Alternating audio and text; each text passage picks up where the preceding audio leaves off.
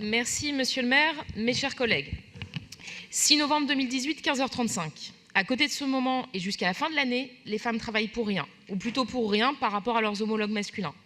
En un mot, on fait du bénévolat.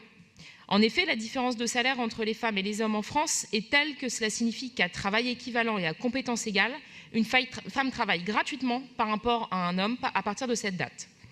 Auparavant, on relevait chaque année le moment à partir duquel nous avions consommé plus de ressources que celles produites en un an. On disait alors que la planète était en danger.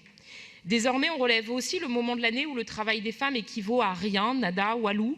Alors je dirais, n'oublions pas aussi l'égalité en péril. Mais chiche, cette année on inverse. Messieurs, bravo, vous allez maintenant pouvoir travailler pour rien et vous allez voir quel plaisir. Alors oui, chacun s'émeut, crie au scandale, puis oublie. Je suis pour ma part assez sidérée de l'indifférence avec laquelle depuis des années, des décennies même, on s'est contenté de constater chaque jour les inégalités salariales dans notre pays sans réellement agir. Et parce que les chiffres valent mieux qu'un long discours, en un an, nous avons gagné 3 jours sur le chemin de l'égalité.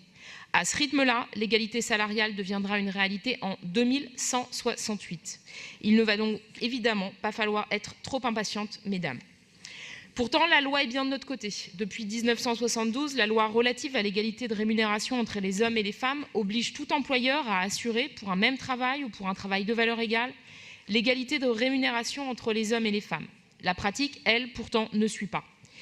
Y compris d'ailleurs dans notre collectivité parisienne, où nous sommes bien loin du compte. À la ville de Paris, la rémunération des femmes est inférieure à celle des hommes, toutes catégories confondues, de 7,1% en 2017 contre 8% en 2016.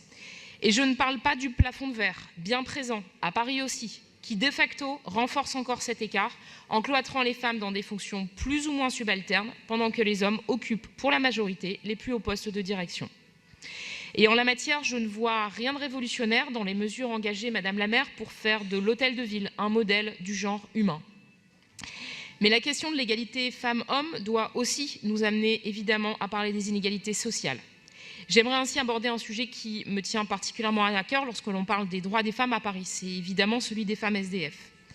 Le 19 octobre dernier, lors du bilan des 3 ans du pacte parisien de lutte contre la grande exclusion, la PUR a présenté un rapport sur le visage des sans-abri à Paris qui révèle un bien triste phénomène de féminisation des personnes à la rue.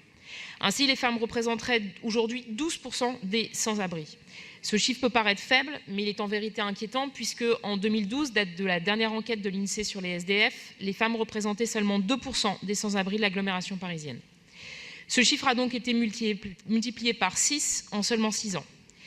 Par ailleurs, leur nombre est probablement minoré car les femmes particulièrement exposées aux dangers de la rue, viols, agressions, rackets, adoptent bien souvent des stratégies d'invisibilité pour passer le plus inaperçu possible. La ville de Paris doit donc évidemment accorder une attention toute particulière aux femmes sans abri. À cet égard, si je soutiens votre initiative, Madame la maire, visant à ouvrir les salons de l'hôtel de ville pour loger durant les mois d'hiver quelques femmes sans abri, nous ne pouvons évidemment en rester à cette seule mesure symbolique. Des solutions plus globales s'imposent et il ne faut pas se contenter de mettre à l'abri temporairement pendant les périodes de froid ces personnes, puis les remettre à la rue sitôt le printemps revenu. Nous devons évidemment construire davantage de places d'hébergement, spécialement pour les femmes, pour elles, et travailler sur la mise en place d'un suivi adapté pour que les femmes puissent s'engager sur la voie de la sortie de la rue. Enfin, comment parler de la question de l'égalité, ou plutôt d'inégalité persistante entre les femmes et les hommes, sans parler de l'école ? Car c'est évidemment le premier levier vers le progrès, vers l'éclosion d'une société plus juste et plus égale.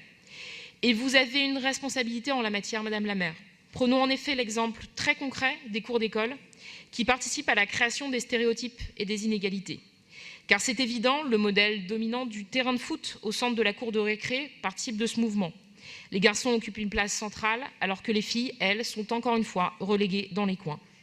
À ce sujet, la géographe Edith Maruet-Joule constate même que dans les cours de récréation, les filles sont invisibilisées. Il faut donc permettre aux petites filles de se réapproprier leur espace de jeu dans ces cours. Or, que fait la ville en la matière pour limiter cette inégalité spatiale qui débouchera inévitablement demain vers des inégalités tout court? Pas grand-chose, ou en tout cas pas assez. C'est pourtant dès le primaire qu'on s'attelle à construire une société plus égalitaire et accueillante pour toutes et tous. Le chemin à parcourir reste donc long et sinueux, et aujourd'hui j'émets un vœu. Celui que, enfin, les actes suivent les paroles pour que nos petits-enfants, et pas seulement nos petites-filles, soient fiers de ce que nous aurons fait pour parvenir enfin à l'égalité réelle, car c'est là vraiment que le pari sera gagné. Je vous remercie.